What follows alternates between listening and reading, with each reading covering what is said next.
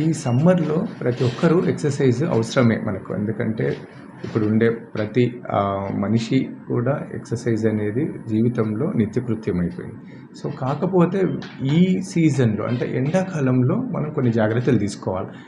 అంటే ఎలా అంటే ఇప్పుడు ఎక్కువ ఎక్సర్సైజ్ చేశామనుకోండి బాడీలోంచి ఎక్కువ భాగము నీరు కొట్టుకుపోవడం, లవణాలు సోడియము, పొటాషియము ఇవన్నీ ఎక్కువ కొట్టుకుపోవడం, క్లోరైడ్ ఇవన్నీ ఎక్కువ లాస్ వలన చాలా వరకు మజిల్ క్రాంప్స్ అంటాం. అంటే కండరాల నొప్పులు ఎక్కువ వస్తాయి మనకి.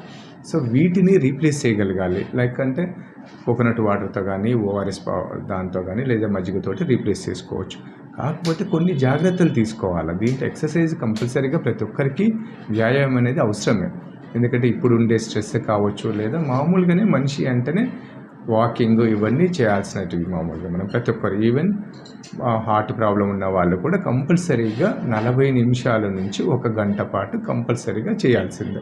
అంటే శరీరంలో చెమట పట్టేంత వరకు చేయాల్సిందే. కాకపోతే ఈ ఎండాకాలం ఎక్కువ ఉష్ణోగ్రతలు నమోదవుతున్నాయి కాబట్టి అప్పుడు కొన్ని జాగ్రత్తలు తీసుకోవాలి. అంటే ఉత్త నీళ్లు తాగడం వలన బాడీలో నీరు శాతం ఎక్కువ అవ్వడం వలన కొన్నిసార్లు సోడియం లెవెల్స్ తగ్గిపోయి హైపోనేట్రీమియానికి అవకాశం కూడా ఉంటుంది.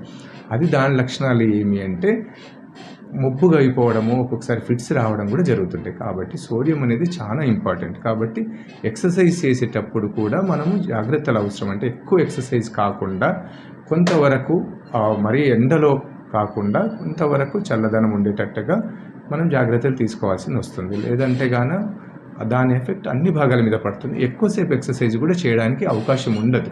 ఎందుకంటే తొందరగా నీరసం అయిపోతాం. ఎందుకంటే బాడీలోంచి నీళ్ళు కొట్టుకొని పోవడము, ఉన్న వేడి మొత్తము అంతే బాడీలో అంత వేడి అంత ఎక్కువ జనరేట్ అవుతుంది ఎక్కువ ఎక్సర్సైజ్ చేసేటప్పుడు అంతా. సో, దానివల్ల కూడా మనిషి తొందరగా నీరసపడిపోతాడు. సో, ఈ సీజన్లో మాత్రము ఎక్సర్సైజ్ చేసే వాళ్ళు మాత్రం కంపల్సరీగా గుర్తుపెట్టుకోవాల్సినది ఏమి అంటే కొంతవరకు మిట్ట మధ్యాహ్నం అట్లా కాకుండా మామూలుగా మార్నింగ్ కానీ ఈవినింగ్ కానీ కొంచెం టెంపరేచర్ తక్కువ ఉన్నప్పుడు వాకింగ్ చేయడము లేదా వర్కౌట్స్ చేస్తుంటారు కదా మామూలుగా మనకి దీనిలో జిమ్లలో దాంట్లో.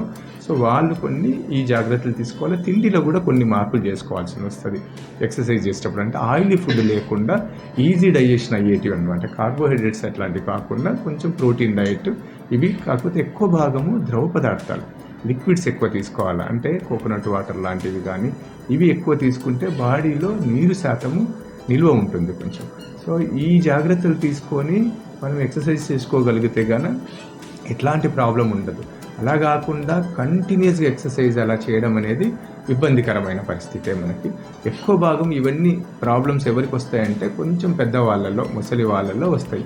వాళ్ళకి కూడా కంపల్సరీగా ఉండే ప్రాబ్లమ్స్ ఉంటాయి కాబట్టి వాళ్ళు ఇంకా ఎక్కువ కొంచెం జాగ్రత్తగా ఈ ఎక్సర్సైజ్ చేసుకోవాలి. ఎందుకంటే ఈ ఎండాకాలంలో కొంచెము హార్ట్ రిథమ్ అనేది డిస్టర్బ్ అవుతుంది. అంటే హార్ట్ అనేది కూడా ఒక రకమైనటువంటి ఇంపల్స్ అది.